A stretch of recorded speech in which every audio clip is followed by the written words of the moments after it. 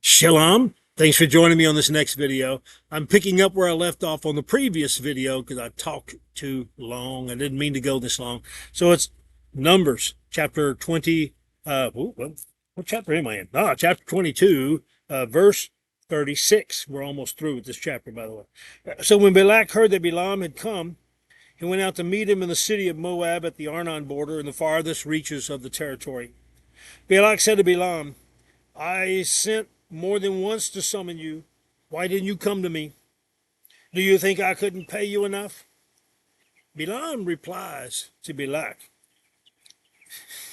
Remember these names? Remember what the name Balaam means? Stumbling oath, blooming idiot. And the name Balak means bird weight. I just love this, okay? And Balaam is from the area of just give up and die. That's where he's from. Peor, that's what it's called. I just love these names. So Balak starts to chastise him for being late, you know. But Balaam says, here, I've come to you, but I have no power of my own to say anything. The word that God puts in my mouth is what I will say. And based on that donkey incident on the way, Balaam is taking that real seriously, let me tell you. All right, so Balaam went with Balak. When they arrived at Kirat Chazat, Balak sacrificed cattle and sheep and then sent to Balaam and the princes with him. So this is, a big to-do here. Royal people, important people. In the morning, Balak took Balaam and brought him up to the high places of Baal. From there, he could see a portion of the people. Baal, B-A-L-L. We call them Baal because we're a bunch of Southerners, but it's actually pronounced Baal. And Baal is a false god that was commonly worshipped throughout all of the area that was called Canaan, which we call Canaan. In other words, all the Canaanites, all the original inhabitants, and then these were inhabitants that continued to worship Baal even after Israel took over. And so they were worshiping this false god called Baal. And there were what are called the Baals or the Baals.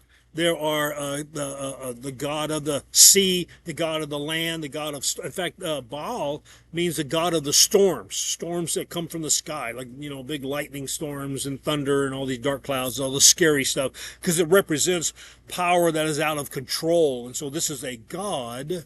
This is the way they saw this, that this was a god that you wanted to appease. You wanted to make this god happy because otherwise he could destroy your crops when they're ready to harvest by sending hail and too much rain and too much wind, or he could send a tornado or lightning and kill things, destroy things. So you feared these gods, these false gods, because they were capricious.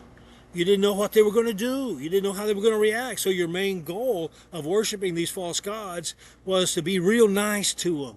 Say nice things about them. You gave them food and you gave them wine because you believed you were giving them food and wine because they would eat the food and the wine. That's what you believed. It's interesting that you also made sacrifices to Yahweh, the God of Israel. You gave them food and you gave Yahweh food and wine, but you understood you weren't feeding Yahweh.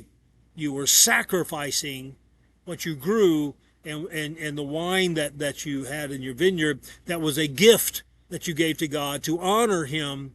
You weren't feeding him because God didn't need your food. But the Baals and other false deities, you fed them. That's interesting to me. Gods, if they were gods, did they need food and wine? No, of course not. But you didn't know that if you were a pagan worshiping back then. And so here is, it gets him up to the high places. And he says, so you can see a portion of the people. If you remember what I said way early when we started Numbers, it could be as much as 2.5 million people here. So, he got up on as high places he could to look out. He didn't see the whole crowd. He just saw a part of it.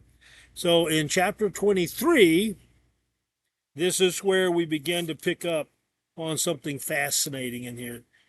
Balaam, the false prophet, is now going to preach. He's going to say things that only Yahweh will tell him, and he's being very careful to repeat only what Yahweh says, and watch what happens. That's going to be the next video. This one was short, the other one was long. How about that?